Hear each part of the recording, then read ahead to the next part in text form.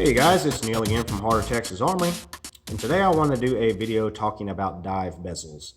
So I have two examples of dive watches sitting in front of you. The one on the left here is a Vostok Amphibia Scuba Dude that I've modded, and you can see the bezel here is based off of a Blancpain 50 Fathoms, which that's what most people consider to be the first, official dive watch that featured a rotating bezel that was released. And that was, I believe, came out in 1953 is when it first was released. So you can, if you look at the bezel here, you'll notice that you have a pip at the top and you have markings every 5 minutes all the way around the bezel. And then you have callouts, numbered callouts every 15. So 15, 30, 45, and then back to the pip. And the reason they have that 15 callouts is for your decompression stops.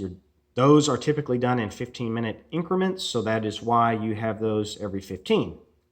So that is the style of the Blancpain 50 Fathoms. Now next to that watch, we have the Rolex Submariner style. So the watch you see here is a Casio MTD 1010, which is a homage to the Rolex Submariner.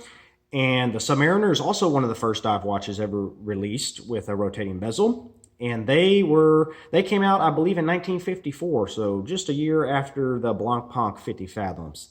Now, looking at the bezel of this one, you'll see it's a little different. So you do have 5-minute increments as well, all the way around the bezel. And you'll see here the first 15 minutes are actually marked. So for every minute, you have a marking for the first 15, again, for your decompression stops. And then your numbered callouts are 10, 20, 30, 40, 50, and then back to the pip. So those are the two kind of most common styles, particularly on the early dive bezels.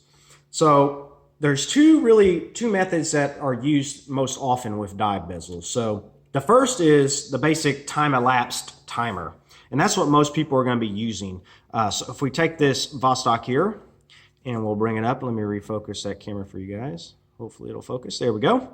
So the way that works is you just turn your bezel on the pip, the actual pip marking, to the hour hand. So here, in this case, we're going to rotate this around all the way till it lines up real nice with our minute hand. And now we have a basic timer. So as the minute hand tracks around, whatever it's pointing to on the bezel is the amount of time that has elapsed. And that's how most people use this. So for instance, if the minute hand went around to the 15, we know we've gone 15 minutes since we set the bezel. And that's used a lot with desk divers as well. I use that constantly. I use that for when I brew my coffee in the morning, timing it. There's 1,000 uses for this, but that's just a basic time-elapsed timer. Now, the other way is slightly different, but equally effective and probably a little more robust because you're relying on loom, but it involves just a little bit of math. It's not hard, but say we want to have a countdown or a timer of 20 minutes, okay? So 20 minutes.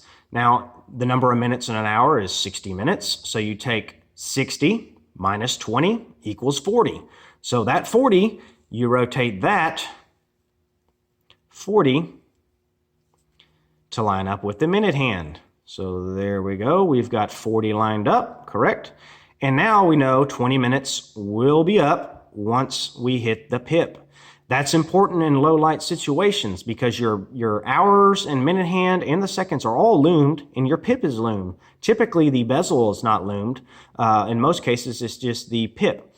So that works in low light situations where you don't have to know, the actual numbers because you set it and once that loom piece hits that loom piece, the 20 minutes has gone by. That way it's a very robust and safe way of a countdown timer. So that's kind of the two ways that these are used.